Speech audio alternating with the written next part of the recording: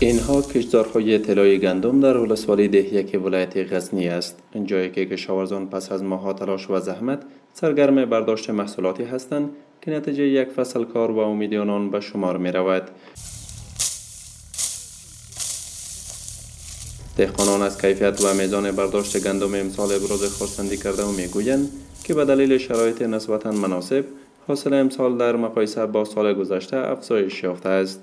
آنان نیز از مشکلاتشان در رابطه با کمبود موادهای زراعتی و مدیریت آب چنین میگویند. الحمدلله بیخی صحیح دی، سکل در پروس کل سخری دا غد لري مشکل لري چې واخه زیات کیدن ځکه چې باید زراعت هغه موږ سره دا کومک وکړي چې دغه ته یو نوې دوایانې شی راکړي چې موږ دغه هغه ته اصل ته دوایي ورکړو چې د غنم لږ حاصلات یې سم شي.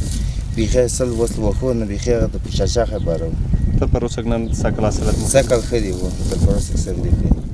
شمار از کشاورزان در کنار ابراز رضایت از میزان حاصلات خواستار حمایت بیشتر حکومت از بخش زراعت هستند. آنان میگویند که فراهمسازی تخم‌های اصلاح شده، کود کیمیاوی، ماشین‌آلات زراعتی نقش مهمی در افزایش تولیدات زراعتی و بهبود وضعیت اقتصادی دهقانان خواهد داشت.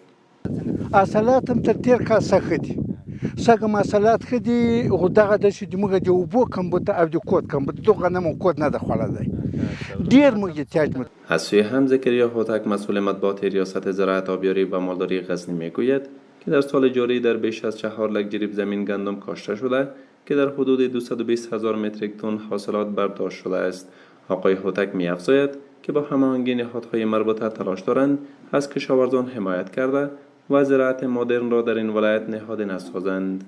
به خاطر ترویج سیستم های جدید و سیستم های قطره‌ای که کوشش شود این سیستم ها ترویج شود تا از آبهایی که کم است آبها درست مدیریت شوند. خوشبختانه در این بخش ما بعضی پلان های را داشتیم و بعضی نمایشگاه و بعضی تدویر نمایشگاه زراعتی را در سطح ولایت غزنی داشتیم که از طریق سکتورهای مختلفی که در این بخش کار میکنند با وسایل زراعتی پیشرفته را به نمایش داده شدند و همچنان معرفی سیستم های قطره‌ای. در همین حال استاد یوسف رضایی یک تن از کارشناسان نیز بر ضرورت مکانیزه سازی کشاورزی تاکید میکند. به باور آقای رضایی توسعه پایدار این بخش نیازمند برنامه‌ریزی منظم، استفاده از فناوری‌های نوین و سرمایه‌گذاری هدفمند است. متاسفانه یک فضای حاکم بر جهان به قسم پیش آمد کرده است که منابع طبیعی ما روز به روز نشست می‌کنند.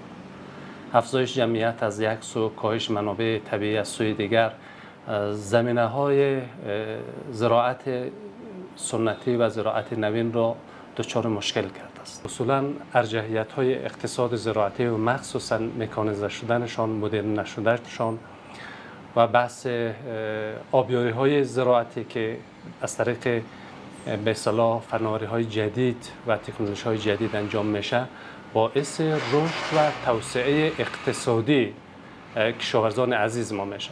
ولایت غزنی از ولایت‌های زراعتی کشور به شمار می‌رود که بخش عمده باشندگان آن از طریق زراعت و مالداری امرار معاش می‌کنند. از همین رو حمایت از کشاورزان، توسعه زیرساخت‌های زراعتی و فراهم‌سازی امکانات لازم می‌تواند افزون بر تقویت اقتصاد خانواده‌ها نقش مهمی در رشد اقتصاد محلی و افزایش تولیدات داخلی ایفا کند.